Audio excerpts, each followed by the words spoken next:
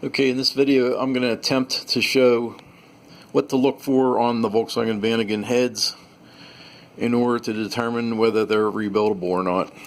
First of all, most heads fail because the seat or the valve guide or the valve itself goes bad. This is not the case on the Volkswagen vanagon. These parts typically are in good shape because the head was prematurely removed for other failures.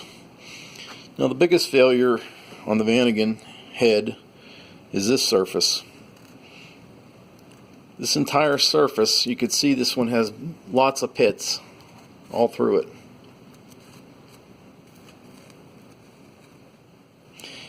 That area is very common on the vanagon. Obviously they had issues from the factory.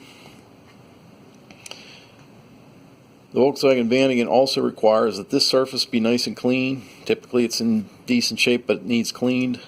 This surface here, this edge, seals to an O-ring, has to be nice and clean and pit free.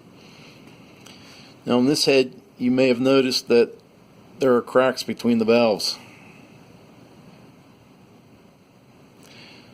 Both cylinders. Those cracks are common and are acceptable up to 1 millimeter.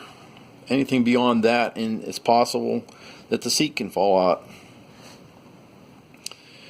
Other issues are broken off studs, stripped threads.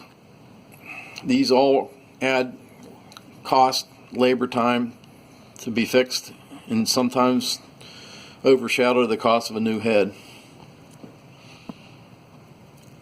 You also need to inspect the flanges. This flange you can see is completely corroded and will never seal to the exhaust header, especially a Go Westy stainless steel exhaust where the flange doesn't overlap the surface very well.